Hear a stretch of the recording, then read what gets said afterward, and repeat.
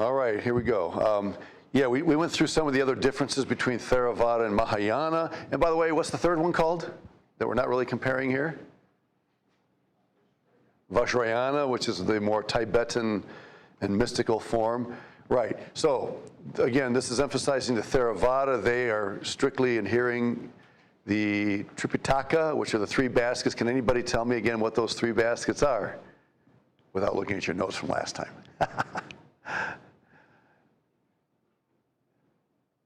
The Vinaya, do you remember what the Vinaya is? It's the first one. It's kind of the code of rules that guides strict Buddhism. Okay. The second one comes, we use a medical term related to that. Remember we talked about that? What do you do when you stitch up a wound? Yeah, the sutra. You do a suture, that comes from sutra, which referred, now remember what that's talking about? Those are some of the speeches, the teaching, the sayings of Buddha that kind of help to explain the code of rules, right? And then you have the philosophical, the third basket, or the philosophical debates, discussions that kind of seek to interpret what Buddha meant by what he said, okay? Those are the three baskets. And then the monastic life, yeah, Cody, you mentioned that. Most believe that only ordained monks can be liberated. Again, this is the Theravada system. The Mahayana is broader. They believe that lay people can also become enlightened, liberated. And then we talked about the urban and forest dwelling. Remember that? The urban monks are the more educated. They read and write, so they study more the content, whereas forest dwelling monks, mostly illiterate, they listen to the educated ones, but then they spend their time meditating. And both of them are monks in their own right.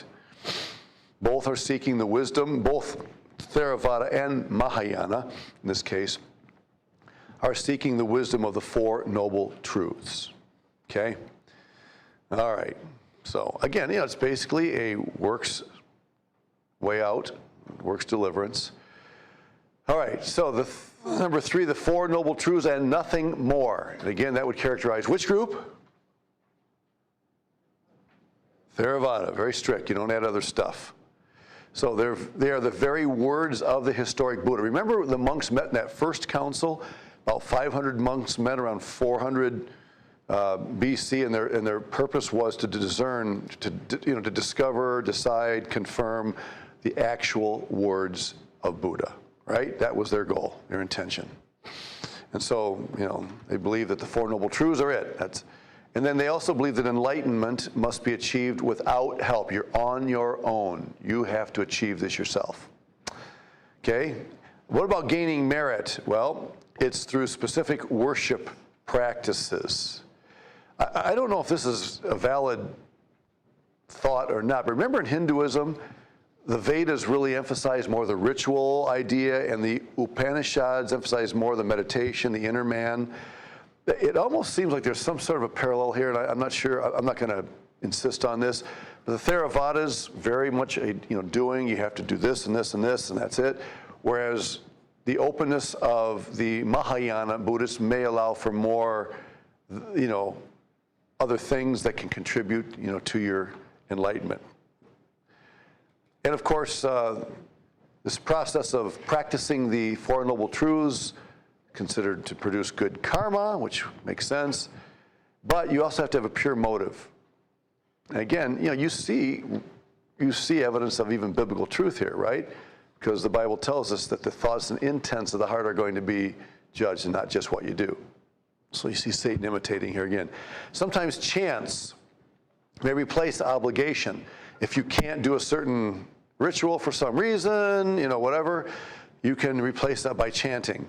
And what do you call a chant that you repeat over and over and over again?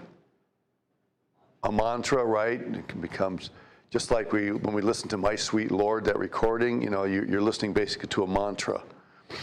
Lay people give alms to promote harmony with the monks. But again, according to the Theravadas, you can't get to enlightenment by being a lay person. Okay, so we've talked about numbers before, but this is just another depiction of the proportion of Buddhists in each one of these camps. Notice the Vajrayana one's very, very much in the minority. Mahayanas be the largest group out of 470 million, almost a half a billion people who are Buddhists. All right, so let's talk about oh, sorry, Cody. This could be like a completely different tangent and has different aspects to it, but like, is there a specific type of monk, like the city monks or the forest ones or Theravada, Mahayana, that you are specifically known for the martial arts, and why is that such a big part of Buddhism when they seem to be wanting to disconnect from things that why would they have anything to protect if they're not supposed to? Oh, okay. Well, they would probably see a difference between aggression and protection. You know? What, they mean they care for something if they want to protect it? Oh, you mean getting rid of desire? Yeah. Yeah, well, again, that just reinforces what we've said so many times. There's no way you can really live that. One of the things, we really don't talk about the martial arts. In fact, I would not be able to be articulate when it comes to them. I know that certain martial arts, even that are practiced here, are designed more for defense purposes. But among those who are Buddhist or Hindu in their religious persuasion, sometimes the martial arts are a way of helping to discipline yourself mentally. And so it's part of actually developing the means by which you can conduct the mental processes necessary to become enlightened. So it's not just for good exercise or even for protection, but it's a way of disciplining your mind to assist you in achieving ultimate dissociation from desire. But it's. Do all Buddhist monks do that? Or? I have no idea. That's a good question. I guess the safest answer I could probably give you is it's all over the map. I mean, just listening to you guys talk about your encounters with people tells me, hey, well, that's something we've never heard. We never heard that one either, because there's so many, many, many versions. So I really couldn't tell you. That's a good question. The study of martial arts deserves some time that we're not giving it in this class, but that's a very good question. And martial arts here in our country, of course, has been so westernized because of influence here that usually it's really more to develop coordination and strength and things like that physically. Not always. That's a good question, Cody. There are many varieties of Speaking of varieties, lots of varieties of Mahayana Buddhism. It is paradoxal. That's a nice word for saying it contains contradictions, right? And again, don't feel like you can't admit the fact that there are certain things in the Bible that appear contradictory, even though we know that ultimately they're not, like divine sovereignty and human responsibility. It employs a looser interpretation. We've seen that clearly of the monastic code. Okay. The enlightened are susceptible to human frailties until death. Now, which enlightened would these be? These are the bodhisattva, the ones that achieve enlightenment and yet they choose to remain in the cycle of this illusory life to bring others. Something, again, that there's no way you can really explain logically. But according to Mahayana Buddhists, these, even though they're enlightened, they're still susceptible to human frailties until they experience the ultimate, that second death that we talked about. Yeah. Again, sorry, there's just no way to explain that further. It rejects Theravada self-reliance. In other words, it believes that you can surround yourself with others of the same mind who can help you, or these quasi-Buddhists, Buddhas who can help you to enlightenment. Liberation is achieved by the laity and not just the monks. Remember, in Theravada, you eventually have to come to a point where you can become a monk in order to achieve enlightenment. Not so in Mahayana. Of course, which one's going to be the more popular? Obviously, this one is. Which one's going to be more popular in the West? Well, this one. Dharma. Okay, what's Dharma? Goes all the way back to Hinduism. Duty. Dharma is duty. Karma is what's produced as a result of your attention to duty or disattention, unattention. Dharma is more important than the writings of Buddha. See, so Mahayana Buddhism, winks at the writings of Buddha, but it's actually duty that's more important. Yeah, Cody.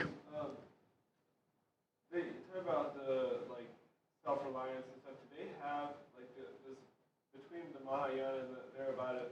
Do they have any sort of fellowship with each other, or are they at odds?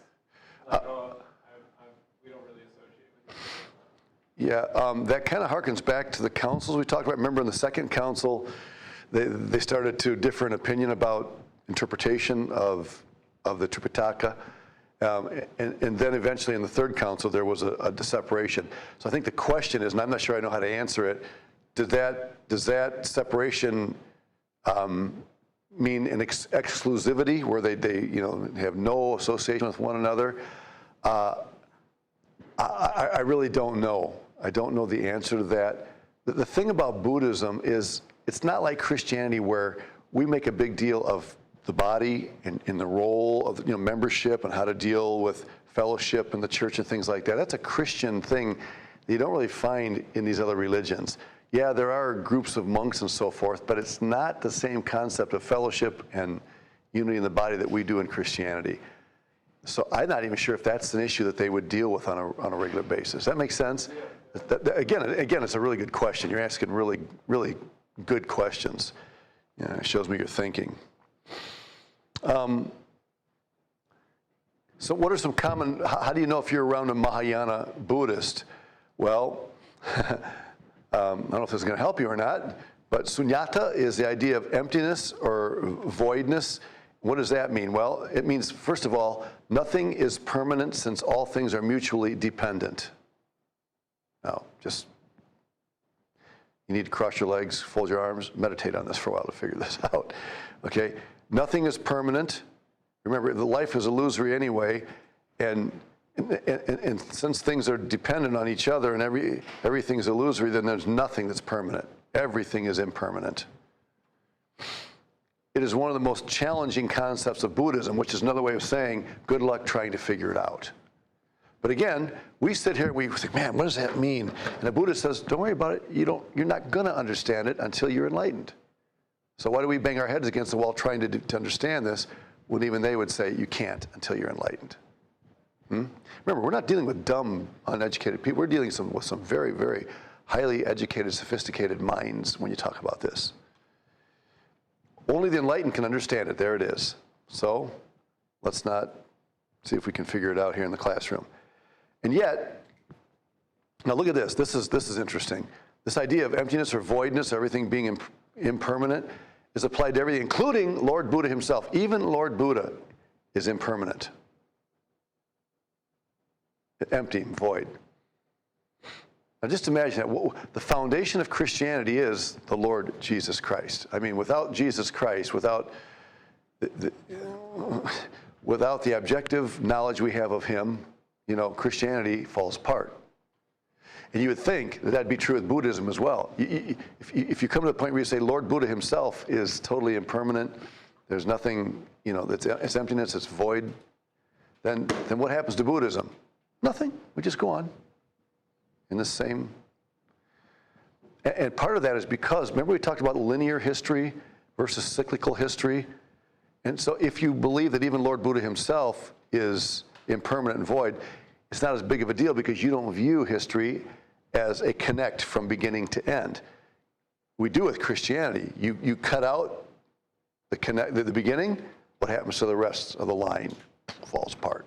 But in a cyclical concept of things, that's not as big of an issue. Interesting. Form is emptiness, emptiness is form. Speaking of cyclical, that's what I would call cyclical reasoning, circular reasoning. But it's okay. You don't need to understand it.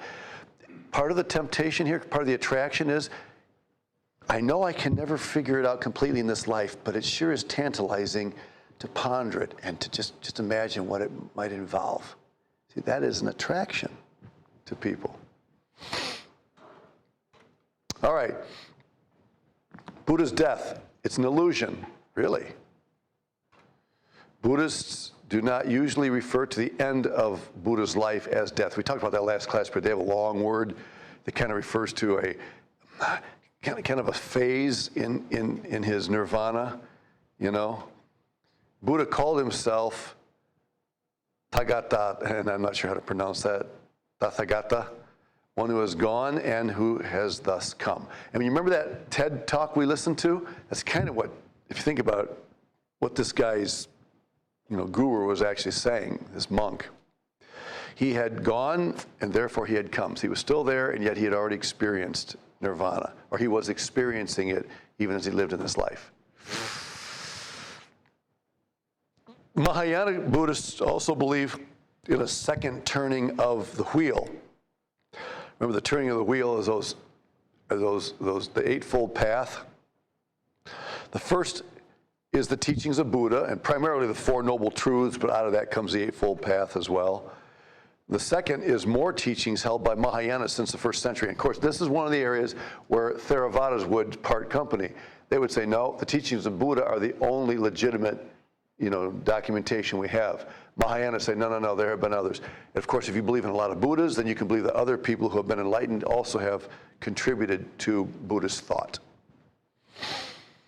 Sutras spawn new cults. They would take the teachings of Lord Buddha, and out of that would come other forms of Buddhism. The Lotus Sutra is the most famous. I think actually I'm going to show you a picture of a lotus flower. We'll come back to that in a second. Okay, the Bodhisattva, we've mentioned it, but we haven't really gone into details. So let me do that with you real quickly. Again, this is someone who seeks enlightenment for the sake of saving others. Now, he also mentioned that in the TED Talk. Remember that? He said that his master, the Buddha, a Bodhisattva, is someone who has been enlightened but continues to come back again and again and again and again, continues in the cycle voluntarily to help others who are still caught in the cycle. So he's not caught in the cycle, he voluntarily participates in the cycle.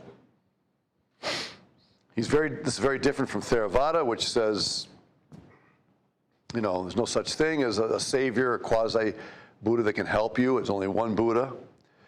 The Bodhisattva is an awakened person. It's a Buddha to be, if you will.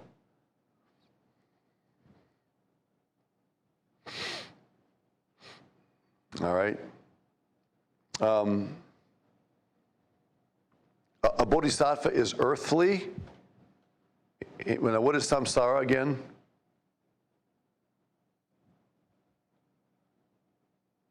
That goes back to Hinduism. What does samsara mean?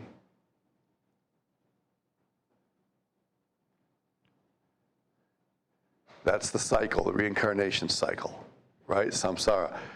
And so this guy is voluntarily involved in this earthly samsara cycle, but he's also transcendent in a certain way. Now, the way that the book describes this, kind of between earth and nirvana. So the light is still lit. It is not blown out yet, but it's maybe kind of blown out.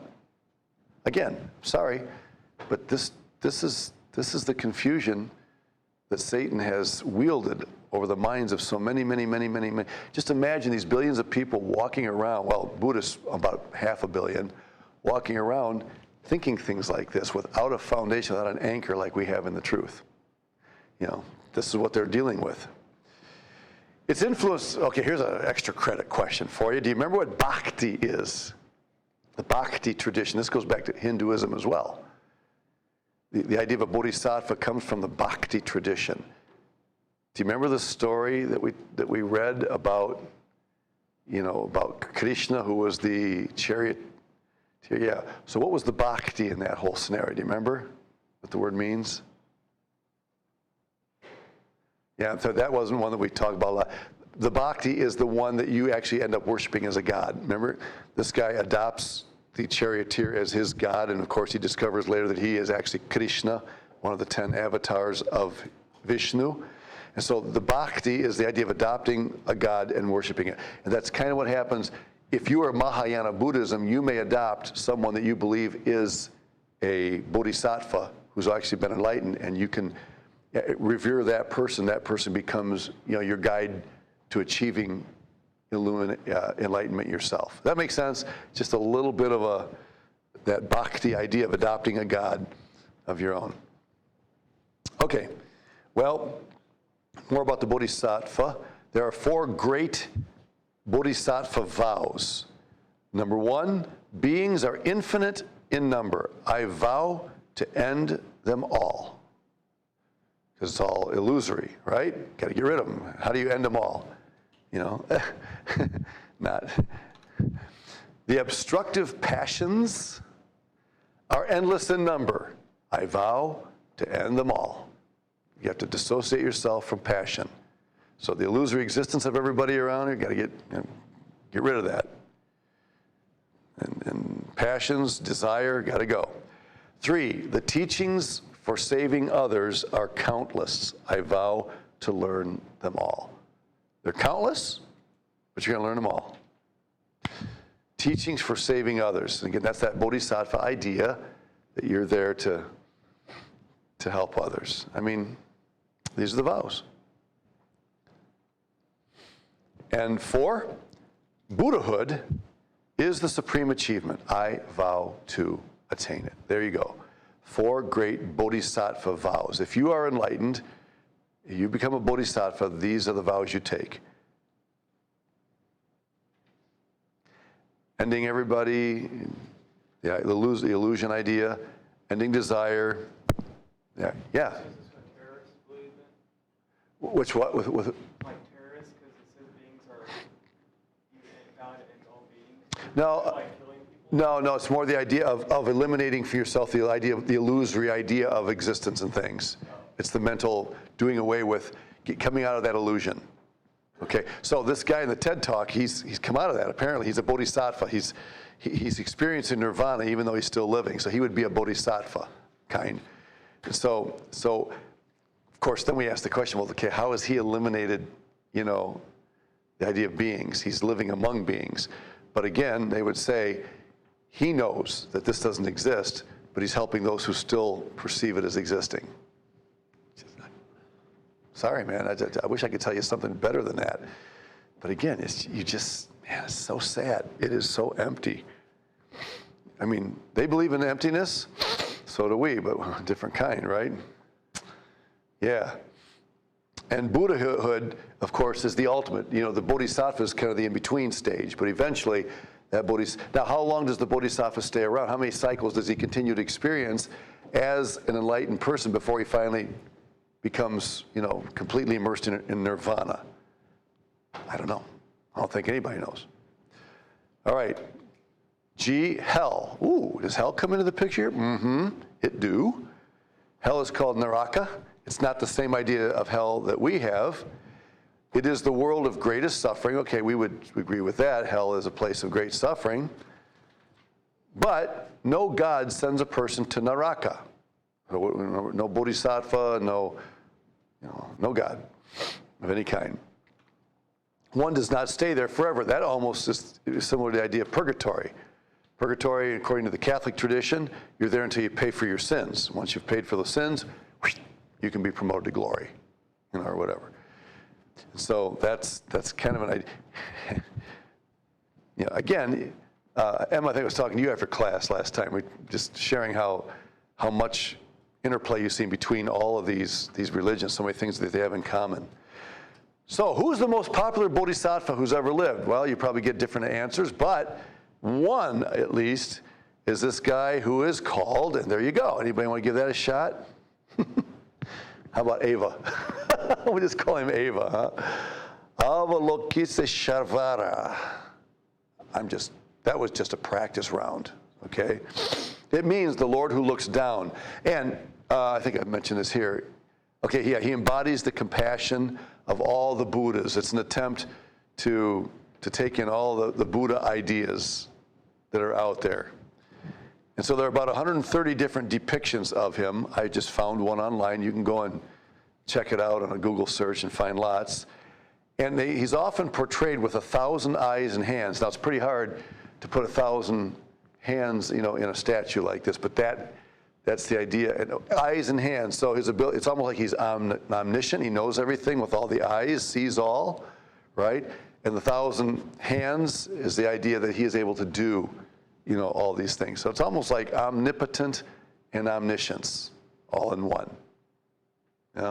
Which of course is stealing that which belongs uniquely to God. And that's what Satan wants. He wants to steal the attributes of God and plug them into his idols. And that's what you have here. So you become a bodhisattva, you have attained a certain level of godhood, really, in this sense. Really, really sad. There's the lotus flower. And now that looks like it's on a stem, doesn't it?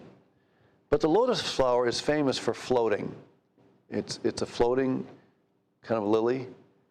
And why would that be a flower that Buddhists like to use to represent themselves? What would it be about a flower floating on the water that might have significance? Kind of like weightless, letting it go wherever it goes. Yeah, that almost sounds like Taoism, doesn't it? But yeah, it is the idea of something that's suspended, it's not attached. Remember the whole idea of detachment from the illusion, from desires. So the lotus flower is not in the ground. I'm not sure why this one shows, I think it's still floating. I think it depicts the idea of detachment, and of course it's beautiful and very alive. And so someone who's truly alive is someone who is truly detached. Kind of the way a lot of students feel in class right now, right? And professors too. Walking over to grade 107, I'm slightly detached from reality. Yeah. But I think that's part of the reason why. And now you guys are probably too young to remember Lotus 123. They don't publish anymore, do they? There was a database program called Lotus 123. I don't know if it was a Buddhist that created that, but that was its name. All right, let's talk about Tibetan Buddhism real quick here. That's the small one, the Vajrayana one. It's kind of a variant of Mahayana and Bon, which is more of a local tribal form. It uses Tantra. And what is Tantra? Well, they're complicated esoteric meditations. Esoteric means what? If somebody's involved in an esoteric kind of religion, what does that mean? It's something that's full of secrets and mysteries. Only people within can understand, which it means it really appeals to the pride. You're in that, you have an edge on knowledge and enlightenment, kind of like Gnosticism, that believed that there were only a few enlightened people. Gnosticism was an esoteric form of religion, and that's what Tibetan Buddhism is. Who's the leader of this? The guy that I saw with a baseball cap running across the Temple Mount, the Dalai Lama. Just think of a Dal and a Lama. You got it, Dalai Lama. Differences from Mahayana, okay? Well, worship is exalted over meditation, whatever that means, but it's an activity. Magical diagrams called mandalas are often used to discern certain things, to read things. There are prayer wheels, and then there's the Dalai Lama, he is said to be an emanation of the Bodhisattva that we just looked at. And I think that the current Dalai Lama is considered like the 14th emanation. I can't remember for sure, but that's the number that I'm remembering offhand, the 14th emanation of him. So here's an example of a magical diagram. You can read that. What they call those things they used to sell? You look at it, it's just a design like this, and if you look carefully enough, you eventually see the image come out in the back. Do you remember those? Were you guys around when they made those? Huh? Yeah, Never get them to work. My whole family can. Yeah, I actually have. With a lot of struggle, I've actually been able to see a few of them. I mean, they are absolutely gorgeous. How they do it is way beyond me. You just focus through the picture. You can't look right at it. Exactly. You have to kind of, yeah. It is weird, but it does work. I mean, it's not magical. It's just, it's an art. Okay. Well, Zen Buddhism. Okay, what is that? Hey, have a safe trip and looking forward to meeting your sister is coming, you said? Great. All right. They'll be at the banquet tomorrow, right?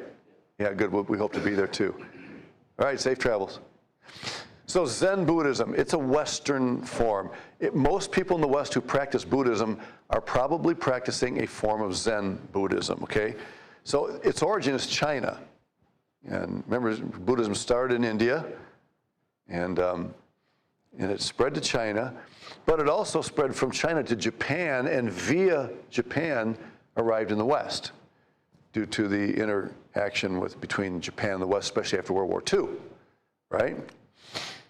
What does it mean? Well, the word Zen comes from the word Chan, which means meditation. It's the old Sanskrit form. And so Zen is a Japanese variant of Chan. Chan being, I'm guessing, well, it's from the Sanskrit, but so the Japanese use the Zen as the word, and that's where it comes from. And so Zen Buddhism is an offshoot. And what is it why is Zen Buddhism popular and attractive to the West? You know? Here's why. Number one, we Westerners like things being done instantly, right? That's why we have microwaves and Keurig coffee machines, right? And we get mad if the computer takes an extra half second to download something that usually happens instantly. So, you know, the West is a very fast-moving, efficiency-oriented culture, right? And Zen Buddhism plays into that. It is something you can have faster. You don't have to go through this long process. And, you get to escape the tyranny of logic. You know, logic is a good thing. It's a gift from God, right? God, I mean, look at the creation. The created order is logical, okay? And by the way, we talked about this in, anybody here in Romans? You're in Romans. Remember we talked about Logos the other day, and not the program, but it's a fascinating study. But, you know, there are people that actually would like to get out of the logical way of life. Why? Because logic always deals with consequences. You think about it, if you follow logic, you're going to deal with consequences. Zen Buddhism allows you to detach from that and not have to deal with consequences. Attractive, huh? And so the tyranny of logic. Christianity is very superficial because it's all wrapped up in something you and I can explain. That makes it very, very thin. It discounts Buddhas and scriptures and bodhisattvas. Well, you might ask, what's left if you get rid of all of those? An empty circle of reality. So what has changed? In the end, nothing. Nothing. In fact, that empty circle of reality reminds you of what other religion that we studied?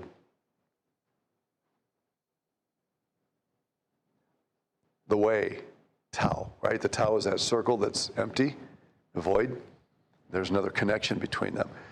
So, you know, you can get to this empty, whatever it is, you know, detachment faster if you're a Zen Buddhist. All right? Wow. I was afraid we might not make it to the end. And so let me just, we got 10 minutes. Let me just ask questions or comments, feedback about Buddhism. You got something there? What'd you find? What'd you find, Cody? You gotta remember what it was. And I can probably guarantee I won't give you an answer that'll satisfy your curiosity because I don't think that answer exists. But what are your thoughts?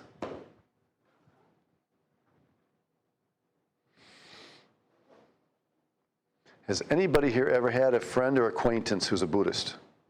Somebody you went to school with? You did, kind of? Just, I met someone briefly, don't know them, at all. Was that in a work context or In Chile, in Chile? just a friend of a lady that came to church. Okay. Very, Yeah, interesting. Buddhism in Latin America. We don't normally even think about that, do we? Yeah. So what do you think?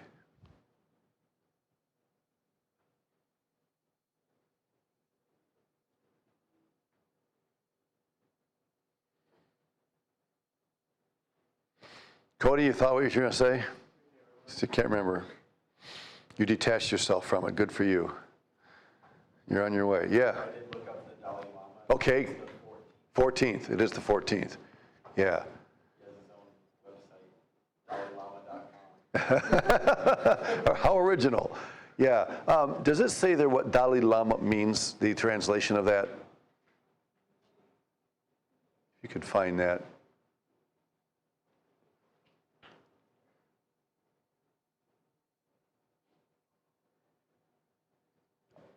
The book may even say, but I don't recall off the top of my head. Can you get the meaning of Dalai Lama?